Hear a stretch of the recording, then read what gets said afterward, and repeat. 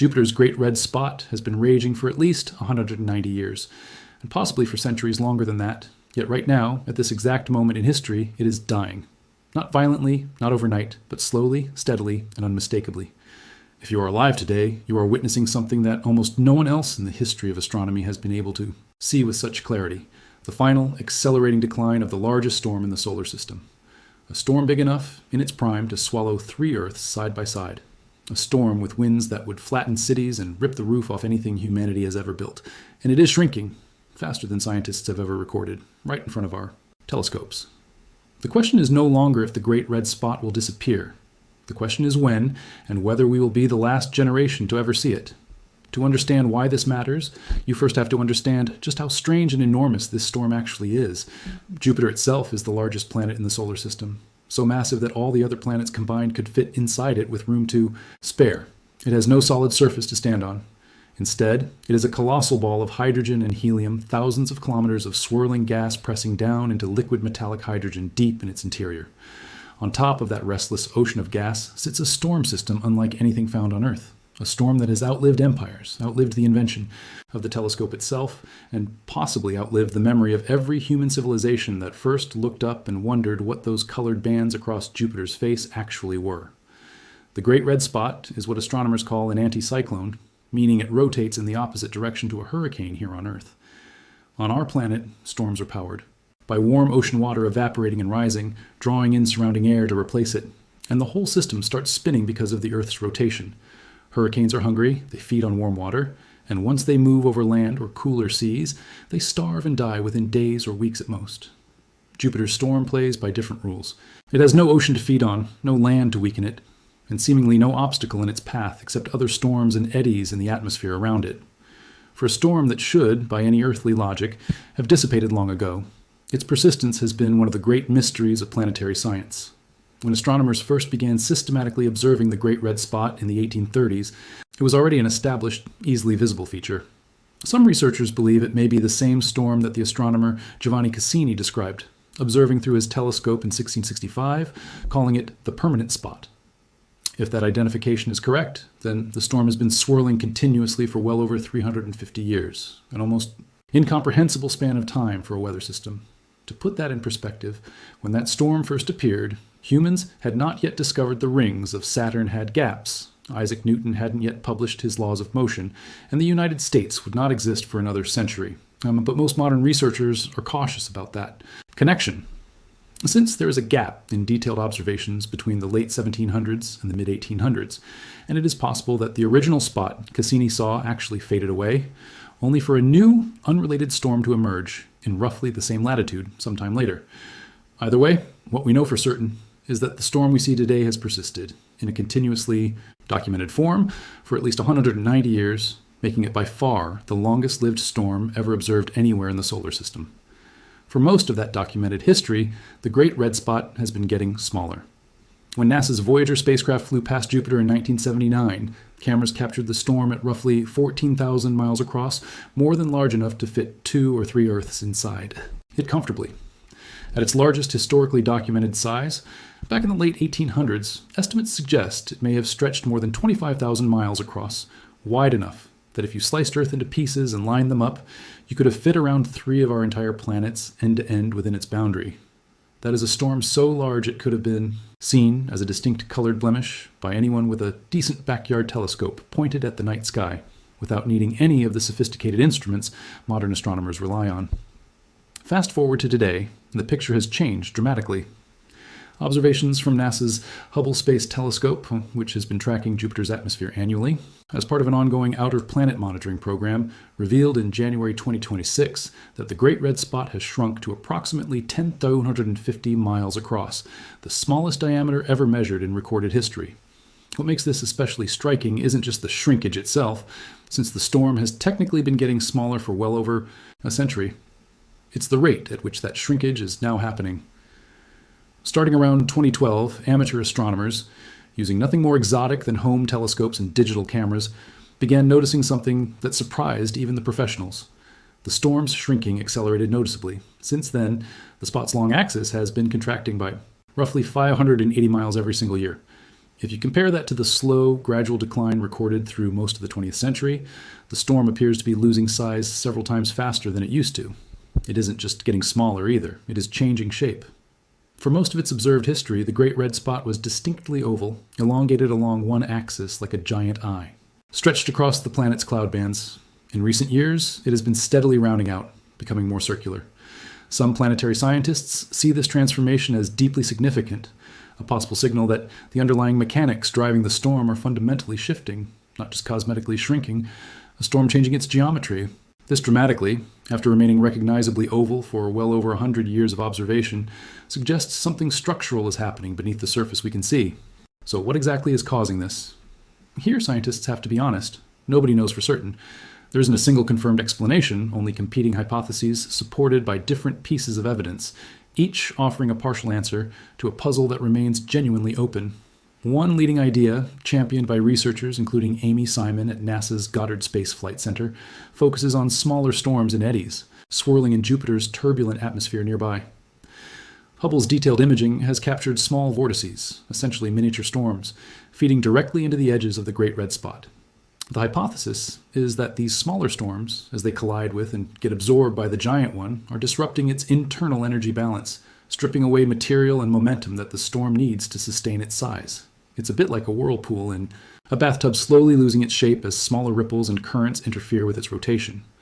Crucially, this theory also proposes an unsettling companion idea, that Jupiter's atmosphere may simply be producing fewer of these feeder storms than it used to, meaning the Great Red Spot's food supply, so to speak, is drying up. Fewer storms available to be absorbed could mean a long, slow starvation for a system that has otherwise seemed almost eternal. Adding another layer of complexity, and perhaps a small note of reassurance, is data gathered by NASA's Juno spacecraft, which has been orbiting Jupiter in tight, looping passes since arriving in July 2016. Juno carries a microwave radiometer, an instrument capable of essentially taking Jupiter's temperature at different depths beneath the visible cloud tops, the same way a thermometer measures temperature, beneath the surface of your skin. Using this instrument, along with astonishingly precise measurements of how the storm's gravity subtly tugged on the spacecraft as it flew directly overhead in 2019, scientists were able to calculate just how deep the Great Red Spot actually reaches into Jupiter's atmosphere. The results were staggering. Rather than being a shallow weather phenomenon confined to the outer cloud layer, similar to hurricanes here on Earth, which are essentially skin-deep events, the Great Red Spot extends somewhere between 300 and 500 kilometers below the visible clouds. That's 50 to 100 times deeper than the average depth of Earth's oceans. In other words, what we see with our telescopes, that iconic swirling reddish oval, is only the very top of something far larger and more massive lurking beneath the clouds, a structure whose roots plunge deep into Jupiter's atmosphere, well past the layer where water and ammonia would normally condense into clouds, and into territory that sunlight never reaches. This depth might actually be part of the reason the storm has survived as long as it has. A storm with such deep roots is, in some sense, more insulated from surface disturbances than a shallow one would be. And in a strange twist that researchers only identified more recently as the Great Red Spot has been shrinking in width, it appears to be growing taller, stretching further vertically, even as it contracts horizontally. Picture a lump of clay on a potter's wheel. As you squeeze it inward from the sides, it doesn't just get smaller, it gets pushed upward too. Something similar may be happening here, with the storm's internal energy, unable to spread out as broadly as it once could, being forced instead into greater vertical extent. It's a genuinely strange behavior, one that doesn't have a clean, simple explanation yet, and it illustrates just how much about this storm's inner mechanics still eludes us, even after nearly 2 centuries of observation and multiple dedicated space missions. Even the storm's famous color remains only partially understood. For a long time, the assumption was that the reddish hue came from chemical compounds dredged up from deep within Jupiter's atmosphere, phosphorus or sulfur compounds perhaps, churned upward by the storm's powerful convection. More recent laboratory experiments and atmospheric modeling have suggested an alternative and in some ways more elegant explanation, that the red color may largely be the result of sunlight interacting with simple ammonia and acetylene gases near the cloud tops, essentially producing a kind of sunburn on the storm's upper atmosphere, breaking down ordinary colorless compounds into colored ones through exposure to ultraviolet light. If this idea holds up, then in a very real sense, the iconic redness of the Great Red Spot isn't some exotic deep planet chemistry at all, but simply the visible mark of the storm's outermost layer being cooked by the sun, much like human skin darkens after too much time outdoors. The debate over which explanation, or what combination of both, is correct remains ongoing. Another reminder that even Jupiter's most famous and most studied feature still guards some of its basic secrets.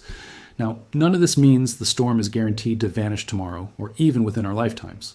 Some scientists point out that the deep structure discovered by Juno might actually stabilize the storm going forward, providing a kind of anchor that shallow surface disturbances cannot easily disrupt.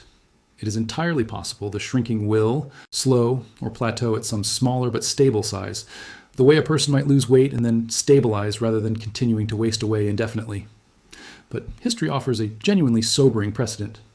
Records suggest that a similarly large storm was observed on Jupiter by astronomers in the 17th century, only to fade away entirely and disappear from view for roughly a century before whatever storm we now call the Great Red Spot emerged or re-emerged in its place.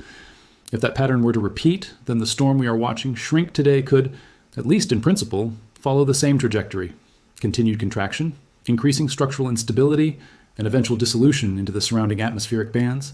The way cream stirred into coffee eventually loses its distinct swirl and blends entirely into the whole. There's also, unfortunately, uncertainty hanging over our ability to keep watching closely. Juno, the spacecraft that delivered so much of what we now know about the storm's hidden depths, had its extended mission originally scheduled to run only through September 2025. As of the most recent updates available, following a lapse in United States government funding and proposed budget cuts that would have eliminated the mission's funding entirely, NASA has been unable to confirm whether Juno is still operating or whether the spacecraft has effectively gone silent, its long journey of discovery ending not with a dramatic finale, but with simple administrative uncertainty. It is a strange and slightly melancholy situation, one of the most productive planetary missions in NASA's history, responsible for finally solving the mystery of how deep the Great Red Spot actually goes, may have already gone quiet, even as the storm it spent nearly a decade studying continues its own slow fade in real time. Hubble, fortunately, continues its annual monitoring from Earth orbit, ensuring that even without Juno's close-up measurements, astronomers will still be able to track the storm's shrinking width and shape from a distance for years to come. Step back for a moment and consider the scale of what we're actually discussing. This is not a storm system like anything we experience on Earth.